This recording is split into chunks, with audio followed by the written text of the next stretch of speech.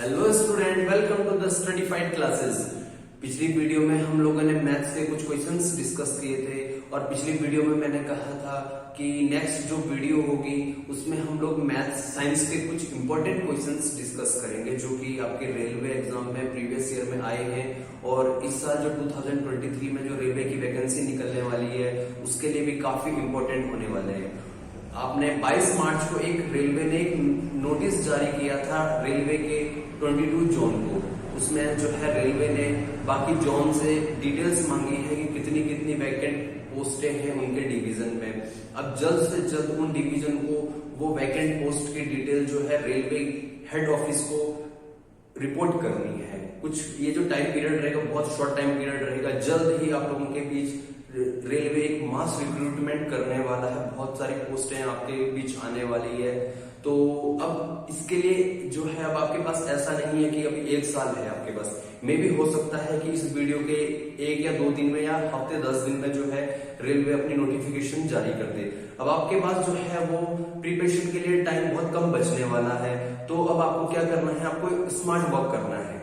ठीक है, आपको क्या करना है, अब हमारे पास जो है ज्यादा टाइम नहीं बचा है। अगर आप पहले से प्रिपरेशन कर रहे हैं तो बहुत अच्छी बात है। अगर आपने प्रिपरेशन अभी तक तैयारी शुरू नहीं करी है तो कोई बात नहीं, मैं आपको जो है जितने भी 2019 और 18-19 रिक्रूटमेंट में क्वेश्चन पूछे गए हैं, 2015-16 में जो है क्वेश्चन पूछे गए हैं, मैं आपसे प्रॉमिस कर रहा हूँ कि जब तक रेलवे जो है रेलवे का एग्जाम डेट आती है तब तक जो है आपकी तैयारी जो है वो काफी अच्छे लेवल पे आ जाएगी। ठीक है, तो हम लोग मैथ साइंस के जो है सारे जो टॉपिक जिनसे क्वेश्चन बनते हैं वो हम लोग यहाँ पे डिस्कस कर लेंगे, कुछ आज की वीडियो में, कुछ आने वाली वीडियो में। अगर आप चाहते हो कि अगर आपकी तैयारी के स्मार्ट वर्क के साथ जो है आपकी तैयारी बेस्ट हो जाए रेलवे के लिए तो आप मेरे चैनल को सब्सक्राइब कर लीजिए। तो फर्स्ट क्वेश्चन देखते हैं। फर्स्ट क्वेश्चन क्या है? फर्स्ट क्वेश्चन आपके पास आया है कि the SI unit of resistance. अब रेजिस्टेंस क्या होता है? आप लोगों के पास एक टॉपिक होता है इलेक्ट्रिसिटी। इलेक्ट्रिसिटी में जो है कोई भी अगर आपके पास एक कंडक्टर है तो कंडक्टर में जब हम लोग एक्सटर्नल वोल्टेज सप्लाई करते हैं तो उसमें जो है उसमें क्या होता है कि करंट फ्लो होता है, चार्जेस का फ्लो होता है, इलेक्ट्रॉन्स जो फ्लो करते हैं तो उसको हम लोग करंट कहते हैं। ठीक है, तो उस करंट को अपोज करने के लिए जो एक हमारे पास जो है एक डिवाइस होती है, ठीक है, उसे कहते हैं रजिस्टर। तो उस रजिस्टर की जो प्रॉपर्टी होती है उसे रेजिस्टेंस कहते हैं। तो जब भी किसी भी सर्किट में हम लोग रेजिस्टेंस मेजर करते हैं तो उसकी एक यूनिट होती है। तो उसकी यूनिट क्या होती है? तो उसकी यूनिट होती है ओम्स। ठीक है, कूलम्ब जो यूनिट होती है वो आपकी यूनिट आपकी चार्ज की यूनिट होती है। अगर हम किसी भी सब्सटेंस, किसी भी एलिमेंट के अंदर, किसी भी कंडक्टर के अंदर हम लोग जो है अगर चार्जेस को मेजर करते हैं तो उसकी यूनिट कूलम्ब आती है। न्यूटन आपको पता है फोर्स की यूनिट होती है, जूल आपकी जो है वो वर्क की यूनिट होती है। ठीक है, ओम्स से हमको जो है एक चीज और समझ आती है कि ओम्स लॉ, आपके एग्जाम में ओम्स लॉ भी जो है काफी ज्यादा पूछा जाता है। तो ओम्स लॉ क्या होता है? तो ओम्स लॉ क्या होता है, जितना भी आप वोल्टेज प्रोवाइड करोगे वो डायरेक्टली प्रोपोर्शनल होगा करंट के। जितना वोल्टेज दोगे उतना करंट आएगा, न कि अब जितना करंट दोगे उतना वोल्टेज आएगा। आप लोग इस चीज को मिसअंडरस्टूड कर लेते हो। ठीक है, अगर यहां से हम लोग प्रोपोर्शनलिटी का साइन हटाते हैं तो हमारे पास आ जाता है 1/r is into we. Are को इधर लेके आ जाएंगे तो ये हो जाएगा आपके पास V = IR। ये आपका ओम्स लॉ है। ये भी काफी इंपॉर्टेंट रहता है आपके एग्जाम के लिए। क्वेश्चन नंबर 2 क्या कह रहा है? Negative acceleration is the opposite direction of. जो नेगेटिव एक्सेलरेशन होता है वो किसके अपोजिट डायरेक्शन में होता है? एक्सेलरेशन क्या होता है? The rate of change in velocity. जब आपकी वेलोसिटी जो है वो चेंज होती है तो उसी को हम लोग एक्सेलरेशन कहते हैं। कोई भी ऑब्जेक्ट जो है, कोई भी बॉडी जब मोशन में होती है तो जो उसका मोशन होता है वो 2 टाइप का होता है, यूनिफॉर्म मोशन और non uniform motion. Uniform motion क्या होता है? जब वो जो ऑब्जेक्ट है, जो बॉडी है वो एक कांस्टेंट वेलोसिटी से चल रहा है तो हम लोग उसे क्या कहेंगे? Uniform motion. और जब उस ऑब्जेक्ट की, उस बॉडी की जो है वेलोसिटी चेंज होगी, वो बढ़ भी सकती है, घट भी सकती है, तो हम लोग कहेंगे उसमें क्या है? एक्सेलरेशन है। ठीक है, एक्सेलरेशन जो है वो 2 टाइप का होता है। अगर वेलोसिटी इंक्रीज हो रही है तो उसे एक्सेलरेशन कहेंगे, और जब हम लोग ब्रेक अप्लाई करते हैं तो जो वेलोसिटी है वो डिक्रीज होती है उसको हम लोग नेगेटिव एक्सेलरेशन भी कहते हैं और रिटार्डेशन भी कहते हैं।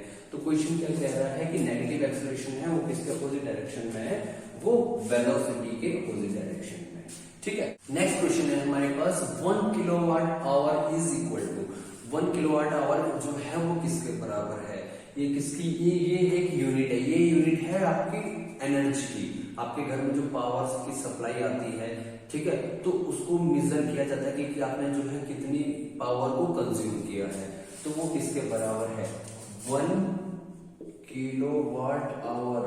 अब इसको हम लोग ब्रेक कर लेते हैं, 1 किलोवाट इंटू आवर, ठीक है। तो ये होगी आपकी पावर की यूनिट और ये होगी आपके टाइम की यूनिट। तो पावर इंटू टाइम आपको पता है एनर्जी होता है। हम इसको किलोवाट को जब हम लोग इसको वॉट में चेंज करते हैं तो 1 किलोवाट में 1000 वॉट होता है। 1000 इंटू आवर को हम लोग सेकेंड में चेंज करेंगे, तो ये 60 से मल्टीप्लाई करेंगे तो मिनट में चेंज हो गया, दोबारा से 60 से मल्टीप्लाई करेंगे तो ये सेकंड में चेंज हो गया। 6 6 36 इंटू कितने जीरो आ जाएंगे, 1 2 3 4 5 जीरो आ जाएंगे, ठीक है। इसको मैं ये भी लिख सकता हूं कि तो 3.6 है तो एक जीरो और इंक्रीज हो जाएगा, जूल। चेक कर लेते हैं, 3.6 3.6 3.6 3.6 -5 नहीं, ये नहीं होगा, 5 ये भी नहीं होगा, -6 ये भी नहीं होगा, तो हमारा आंसर हो गया है answer number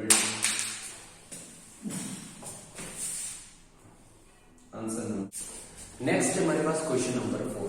question number 4, which of the following is the last element in Newlands law of octave classification. तो हम लोगों ने न्यूलैंड्स लॉ ऑफ ऑक्टेव पढ़ा है, उसमें क्या कहता है कि जब भी हम लोग एलिमेंट्स को जो है उनके इंक्रीजिंग एटॉमिक मासेस के अकॉर्डिंग जो है हम लोग उनको इस तरीके से अरेंज करते हैं कि एवरी 7 एलिमेंट के बाद जो है उन एलिमेंट का फिजिकल और केमिकल जो प्रॉपर्टी है वो रिपीट होती है, तो उसी को हम लोग क्या कहते हैं, न्यूलैंड लॉ ऑफ ऑक्टेव कहते हैं। तो जो न्यूलैंड का जो लास्ट एलिमेंट था वो कौन था, तो जो न्यूलैंड का जो है लास्ट एलिमेंट था वो था थोरियम। थोरियम एक रेडियो एक्टिव एलिमेंट है जिसका एटॉमिक नंबर 90 है, एटॉमिक नंबर, और इसका एटॉमिक जो मास है वो आपके पास है 232, तो इसका आंसर हो जाएगा थोरियम। तो नेक्स्ट क्वेश्चन है हमारे पास क्वेश्चन नंबर 5। क्वेश्चन नंबर 5 क्या कह रहा है, which gas is released when water is added to bleaching powder. जब हम ब्लीचिंग पाउडर को जो है वाटर के साथ जो है मिलाते हैं तो कौन सी गैस निकलती है, तो इसको हम लोग देख लेते हैं रिएक्शन से। Calcium oxychloride, CaOCl, calcium oxychloride, इसी को हम लोग कहते हैं ब्लीचिंग पाउडर कहते हैं। इसको जब हम लोग वाटर के साथ मिलाते हैं H2O के साथ, तो रिएक्ट होने के बाद हमें मिलता है +Cl2, ठीक है। ये क्या है हमारे पास, स्लेक्ट लाइम है, स्लेक्ट लाइम है। तो जब हम लोगों ने calcium oxychloride that is bleaching powder को हम लोगों ने वाटर के साथ रिएक्ट करवाया है, तो हमको कौन सी गैस मिली है, क्लोरीन गैस मिली है। तो यही कह रहा है कि कौन सी गैस मिली, ऑक्सीजन नहीं, क्लोरीन गैस मिली है। नेक्स्ट क्वेश्चन है आपके पास question number 6। The reflector of a search light is a cylindrical mirror, a convex mirror, a concave mirror और प्लेन मिरर। तो जो आपके पास एक सर्च लाइट जिसे हम टॉर्च भी कहते हैं, तो जो उसका रिफ्लेक्टर होता है वो कौन से मिरर से बना हुआ रहता है, ठीक है। तो सबसे पहले समझ लेते हैं रिफ्लेक्टर होता है क्या। ये आपके पास एक टॉर्च होती है, यहाँ पे आगे एक बल्ब लगा हुआ, उसके बाद जो है वो कुछ इस टाइप का जो है आपके पास जो है एक मिरर टाइप का लगा हुआ रहता है, इस टाइप का। इसी को हम लोग कहते हैं रिफ्लेक्टर। रिफ्लेक्टर क्यों कहते हैं, क्योंकि यहां से जो है लाइट निकलेगी, ये लाइट निकल रही है, तो वो क्या करता है, वो रिफ्लेक्ट होने के बाद जो है लाइट जो है वो एक जगह फोकस मारता है, तो उसी को हम लोग रिफ्लेक्टर कहते हैं। तो जो रिफ्लेक्टर होता है वो कुछ इस टाइप का होता है, तो ये जो शेप होती है इसको बोलते हैं कॉन्केव मिरर। क्या बोलते हैं, कॉन्केव मिरर। इसका ऑप्शन हो जाएगा ऑप्शन। नेक्स्ट क्वेश्चन है हमारे पास question number 7। Nodes of Ranvier are microscopic gaps found with in.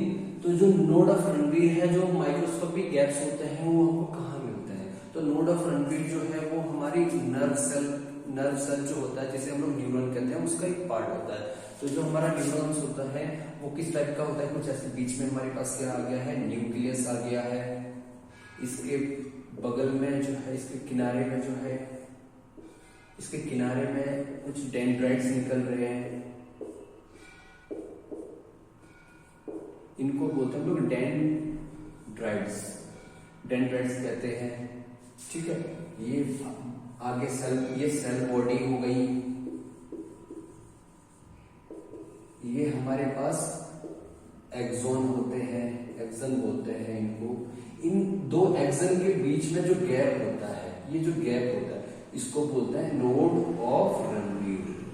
Node of Ranveer neuron का एक पार्ट होता है। ये न्यूरॉन क्या करता है, ये इलेक्ट्रिकल इंपल्स को कैरी करता है। जो मैसेज होता है हमारी ब्रेन, जो हमारी बॉडी को मैसेज भेजता है इलेक्ट्रिकल इंपल्स के फॉर्म में, वो ये न्यूरॉन कैरी करता है।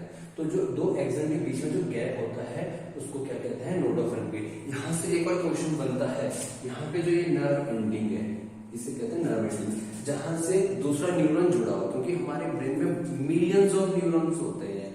तो यहाँ पे एक दूसरा न्यूरॉन जुड़ा हुआ होगा, तो दूसरे न्यूरॉन से जुड़ा हुआ होगा, उसके बीच के जो गैप को उसे क्या बोलते हैं, उसे बोलते हैं स्निप्स। ठीक है, स्नैप्स बोलते हैं इसको, स्नैप्स।